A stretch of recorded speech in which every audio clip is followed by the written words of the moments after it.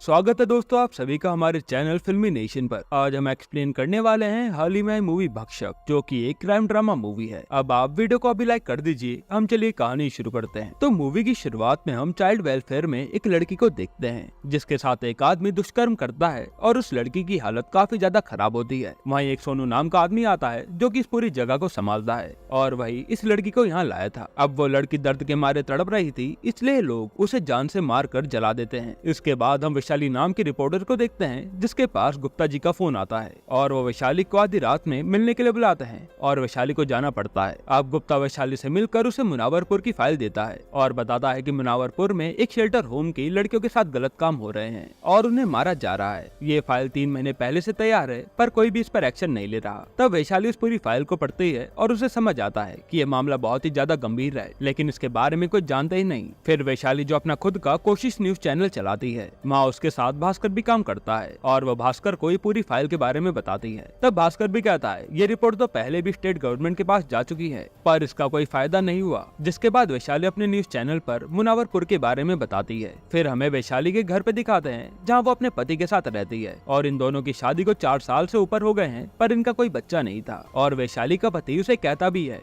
कि तुम ये काम छोड़ो तो हम बच्चे के लिए ट्राई करें, पर वैशाली को तो अपने पैरों पर खड़ा होना था और वो इसके लिए मना कर देती है। अब अगले दिन वैशाली भास्कर के साथ मुनावरपुर के चाइल्ड वेलफेयर जाती है तहकीकात करने के लिए और वहाँ वो फोटोज खींचने लगती है। तभी वहाँ सोनू आता है और कहता है कि तुम यहाँ की फोटोज नहीं ले सकती क्योंकि ये एक प्राइवेट एरिया है। तब ये दोनों वहाँ से चुपचाप चले जाते हैं क्योंकि सोनू के बर्ताव से वैशाली समझ गई थी कि वो किस टाइप का आदमी होगा। इसके बाद वैशाली और भास्कर वहाँ की वेलफेयर कमेटी पहुँचते हैं जहाँ वो मुनावरपुर की लड़कियों के बारे में बात करते हैं, पर वो आदमी तो पहले ही उन्हीं से मिला हुआ था तो वो मदद करने से मना कर देता है और कहता है कि तुम भी इस मामले से दूर ही रहो, वही अच्छा है तुम्हारे लिए। इसके बाद वैशाली का पति जो पोस्ट ऑफिस में काम करता है उस पे किसी बंसी साहू का फोन आता है कि वैशाली को कहना कि उसके शेल्टर होम के पास गलती से भी ना आए वरना उसके लिए अच्छा नहीं होगा। अब वैशाली घर आती है तो वहाँ वैशाली का पति इसे खूब डांटता है कि तुम आज इस रिपोर्टर का काम छोड़ दो क्योंकि यहाँ तो जान का सवाल है, पर वैशाली तो उसकी एक भी नहीं सुनती। इसके अगले दिन वैशाली के ऑफिस में गुप्ता आता है और वो बताता है कि ये बंसी साहू कोई आम आदमी नहीं है, वो बहुत ही पावरफुल आदमी है जिसकी कई बड़े बड़े नेता तक पहचान है और सीएम भी उसे जानता है। फिर वैशाली और भास्कर दोनों आसपास के चाइल्ड वेलफेयर में जाते हैं ताकि उन्हें कोई सुराग मिल जाए और ये केस और मजबूत हो। और वैशाली मुनावरपुर की लड़कियों के बारे में पता करती है पर यहाँ उसे कुछ भी पता नहीं चलता। इसके बाद ये लोग सीधा बंसी साहू से जाकर मिलते हैं जहाँ बंसी साहू की बातों से समझ आ रहा था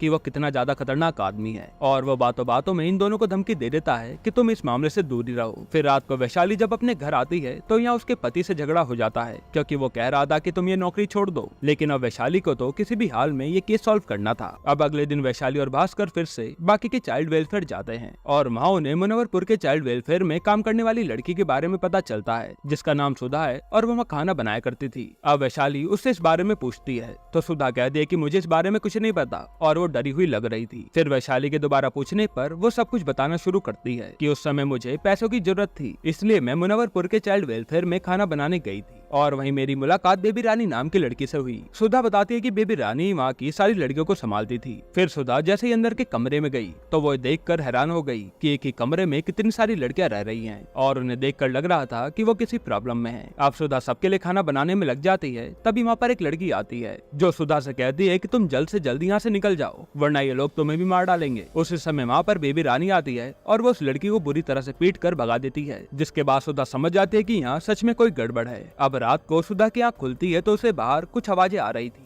और वो जाकर देखती तो वहाँ आदमी कुछ लड़कियों को अपने कंधे पर उठाकर ले जा रहे हैं। फिर सुधा उनका पीछा कर बाहर तक आती है और देखती है कि वो लोग तो कार में लड़कियों की लाश रख रहे हैं, जो देखकर सुधा की हालत खराब हो जाती है। इसके बाद वो जब उन लड़कियों के कमरे में देखती है तो वहाँ बेबी रानी उन लड़कियों का ही शोषण कर रही थी। फिर सुधा को ऊपर से आवाज आती है और वो देखती है कि वहाँ तो चाइल्ड वेलफेयर कमेटी का अध्यक्ष भी है जो कि एक लड़की के साथ दुष्कर्म कर रहा था। तभी सुधा को वही लड़की मिलती है जो उसे पहले भी मिली थी और वो सुधा को यहाँ से मौका मिलते ही भाग जाने के लिए कहती है। अब अगली सुबह वहाँ पर बंसी साहू आता है अपनी सोसाइटी को देखने के लिए और वहाँ पर उसे सुधा मिलती है। अब उससे मिलकर सुधा समझ जाती है कि मेरा भी हाल यही करेगा, इसलिए मौका मिलते ही रात को सुधा वहाँ से निकल जाती है ताकि वो मरने से बच जाए। अब सुधा की ये पूरी स्टोरी सुनने के बाद वैशाली को बहुत बुरा लगता है कि इन लड़कियों को क्या क्या सहना पड़ रहा है और वो सोचने में लग जाती है कि वो मुनावरपुर की लड़कियों को कैसे बचा सकती है। अब अगले दिन वैशाली के घर पर उसकी नंद और हस्बैंड आते हैं जो वैशाली से कहते हैं कि आप ये काम छोड़ क्यों नहीं देती। तब वैशाली को गुस्सा आता है और वो उन दोनों को ही सुना देती है कि तुम अपने ये छोटे मोटे काम में ही लगे रहो और वकील हो तो वकील बनकर रहो, मुझे मत सिखाओ कि मुझे क्या करना चाहिए। और वो दोनों चुप हो जाते हैं। अब अगले दिन सोनू बंसी को आकर बताता है कि हमारे खिलाफ किसी ने पीआई फाइल करी है और बंसी ये सुनकर चौंक जाता है। फिर बंसी तुरंत वहाँ के मंत्री पर जाता है और बताता है कि हम पर किसी ने पीआई फाइल की है, जिसमें सिर्फ बंसी साहू नहीं बल्कि सारे ही लोग फंसेंगे। इसलिए वो कहता है कि इस केस को कैसे भी करके दबा दो। इसके बाद बंसी सोनू से कहता है कि ये पीआई फाइल करने वाले का पता लगाओ। तो सोनू कहता है कि मुझे तो वैशाली के ही नंद के पति पर शक हो रहा है, क्योंकि वो वकील है और उसने पीआई डाली होगी। अब अगले दिन हॉस्पिटल में वैशाली अपनी नंद से आकर मिलती है, जहाँ वैशाली को उसकी नंद बताती है कि उसके पति को सोनू ने बड़ी बुरी तरह से मारा है। ये सुनते वैशाली सोनू के खिलाफ एफआईआर दर्ज कराने जाती है, लेकिन यहाँ पुलिस वाले एफआईआर ही लिखने से मना कर देते हैं। अब वैशाली जब अपनी नंद के पति से मिलती है तो वो वैशाली पर ही भड़क जाता है कि मैंने तो कोई पीआई नहीं डाली और मुझे तो फालतू में मारा गया। जो सुनकर वैशाली बाहर आती है और वहाँ उसका पति खड़ा था और वो वैशाली को उसकी इस जंग में सपोर्ट भी करता है और वैशाली भी खुश होती है। इसके बाद अपने पति से ही वैशाली एक वीडियो रिकॉर्ड करवाती है, जिसमें वो सब बता देती है कि सोनू ने क्या क्या किया है और पुलिस वाले एफआईआर तक नहीं लिख रहे हैं। फिर अगले दिन वैशाली शहर की नई एसएसपी जसमीत कौर से मिलने जाती है और ये काफी ईमानदार ऑफिसर हैं। अब वैशाली उन्हें फाइल देती है, जिसे देखने के बाद वो कहती हैं कि जब तक मुझे ऊपर से ऑर्डर नहीं मिलेंगे मैं कुछ नहीं कर पाऊंगी। फिर वो एसएसपी अपने सीनियर से फाइल के बारे में बात करती है, पर उसे इस पर कोई कार्रवाई करने की परमिशन नहीं मिलती, क्योंकि इस मामले में बड़े बड़े लोगों के नाम शामिल थे। लेकिन इसके बावजूद वो एसएसपी सोनू को अरेस्ट करने के लिए कांस्टेबल भेज देती है, पर यहाँ बंसी साहू उन्हें वापस भगा देता है। इसके बाद एसएसपी वैशाली को बुलाती है और कहती है कि इस फाइल पर कोई भी एक्शन नहीं लेने वाला, तो उसे और भी पक्के सबूत इकट्ठे करने होंगे ताकि वो इसके आधार पर बंसी साहू को पकड़ सके। अब अगले दिन गुप्ता वैशाली के पास आता है और बताता है कि पीआईएल मैंने ही फाइल की थी। साथ ही वो कहता है कि हाल ही में कुछ मर्डर भी हुए हैं, पर पुलिस उन पर कोई कार्रवाई नहीं कर रही। फिर वैशाली अपने चैनल पर भक्षक नाम का प्रोग्राम चलाती है, जिसमें वो चाइल्ड होम से जुड़ी सारी खबर लोगों तक पहुंचाएगी और धीरे धीरे करके उसकी खबर लोगों तक पहुंचने लग जाती है। फिर एक दिन वैशाली बंसी साहू के बारे में भी सारी पोल अपने न्यूज चैनल पर खोल देती है कि इसमें तो पुलिस भी उसके साथ मिली हुई है। अब ये न्यूज फैलने के बाद सीएम सीधा वहाँ के मंत्री को फोन करते हैं और इस मामले पर एफआईआर दर्ज करने के लिए कहते हैं, जिसके बाद इस मामले पर एफआईआर होती है। पर एसएसपी जसमीत वैशाली को बताती है कि एफआईआर चाइल्ड वेलफेयर कमेटी में होगी,